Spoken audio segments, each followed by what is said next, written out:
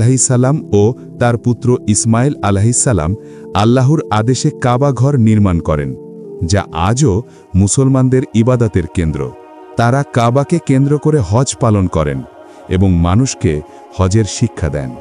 তারপর আল্লাহ ইব্রাহিম আলাইহিসসালামকে স্বপ্নে দেখান যে তাকে তার পুত্র ইসমাইল আলাইহিসসালামকে কোরবানি করতে হবে। ইসমাইল আলাইহিসসালাম বলেন, হে পিতা, আপনি যা আদেশ পেয়েছেন তাই করুন।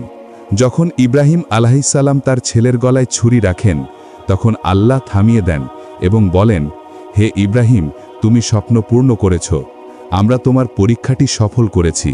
তারপর আল্লাহ পরিবর্তে একটি বড় পশু কোরবানি করার জন্য পাঠান। আজও মুসলমানরা এই ঘটনার স্মরণে ঈদুল আজহা উদযাপন করেন, যেমনটি কুরআনে নির্দেশ করা হয়েছে। ইব্রাহিম আলাইহিসসালাম জেরুজালেমে ১৭৫ বছর বয়সে ইন্তেকাল করেন। তাকে বলা হয় খালিলুল্লাহ, আল্লাহর বৃহৎ বন্ধু। লূত আলাইহিসসালাম।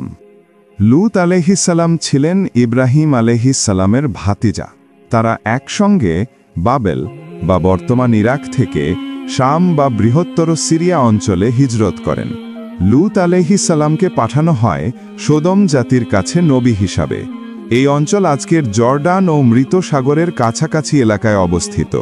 এই ঘটনাগুলো ঘটেছিল নূহ আলাইহিসসালামের প্লাবনের কয়েক শতাব্দী পর, খ্রিস্টপূর্ব ২০০০ সালের দিকে, যখন মেসোপটেমীয় সভ্যতাগুলির উত্থান ঘটছিল। লূত আলাইহিসসালামের হাতে অলৌকিকভাবে একাধিক মুজিজা প্রকাশ পায়। তিনি পরিষ্কার আকাশ থেকে বৃষ্টি নামাতেন, পাথরের সঙ্গে কথা বলতেন। এগুলো তার নবুয়তের প্রমাণ ছিল। কিন্তু সোদমবাসীরা মূর্তি পূজা করত এবং এমন এক লজ্জাজনক কাজে লিপ্ত হয়েছিল যা পৃথিবীতে আগে কখনো দেখা যায়নি। পুরুষে পুরুষে যৌনাচার। এগুলো শুধুমাত্র ব্যক্তিগত পাপ ছিল না, বরং তারা এই কাজ অন্যদের উপর জোর করে চাপিয়ে দিত। তারা ছোট ছেলেদের উপর নির্যাতন করত ও দাসে পরিণত করত। ধনী পুরুষরা তরুণ ছেলেদের নিজেদের সম্পত্তি হিসেবে ব্যবহার করত। তারা পথ বন্ধ করে ভ্রমণকারীদের ধরে এনে যৌন নির্যাতন করত। এটি কেবল ব্যক্তিগত পাপ ছিল না, বরং এক প্রকার সংগঠিত সামাজিক অত্যাচারে পরিণত হয়েছিল। কোরআনে তাদের আচরণের বর্ণনা এসেছে এইভাবে, তোমরা পুরুষদের কাছে যাও, পথ বন্ধ করো এবং তোমাদের সমাবেশে অশ্লীল কাজ করো। লূত আলাইহিসসালাম তাদের সঠিক পথে আহ্বান করেন, কিন্তু তারা আরও উদ্ধত হয়ে ওঠে। তারা লূত আলাইহিসসালাম ও তার পরিবারকে শহর থেকে তাড়ানোর হুমকি দেয়।